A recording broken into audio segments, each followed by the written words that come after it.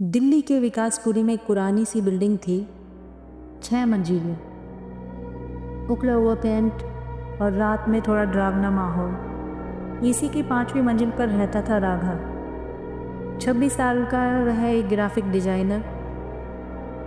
काम की वजह से अक्सर देर रात घर लौटता था। उसके फ्लैट के ठीक सामने फ्लैट 502 हमेशा से खाली था। पिछले 3 साल से वहाँ किसी ने कदम तक नहीं रखा था। फिर भी रोज 2:45 पर वहाँ से आवाज़ें आती थी।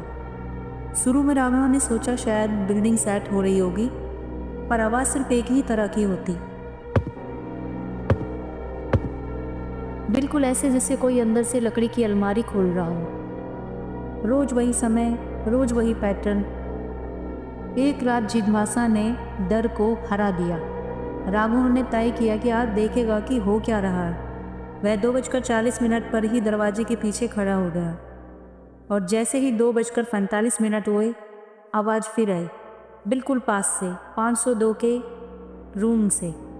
उसने बिल्डिंग के गार्ड को बुलाया। गार्ड ने आते ही हाथ जोड़ लिए, सर वहाँ मत जाइए। 3 साल पहले उस फ्लैट में एक आदमी रहता था और वो अकेला रहता था। अपनी अलमारी के अंदर फांसी पर लटका हुआ मिला था। उसके बाद से वहाँ कोई आया ही नहीं। राघव का गला सूख गया, लेकिन उसने हिम्मत करके पूछा, पर ये आवाज़ रोज़ एक ही समय पर? सर वो आदमी नाइट शिफ्ट करता था, रोज़ 2:45 पर घर आता था और सबसे पहला काम अपनी अलमारी खोलता था।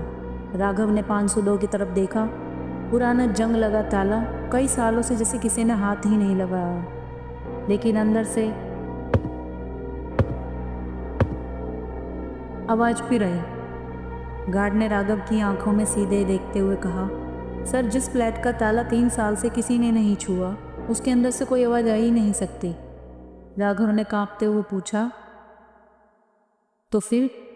गार्ड ने बिल्कुल सीधी आवाज़ में कहा, सर आवाज़ अंदर से नहीं आती, वो ताले से आती है, जैसे कोई उसे अंदर से खोलने की कोशिश कर रहा हो। उस रात के बाद राघव कभी 2:45 तक जागा नहीं, कभी नहीं।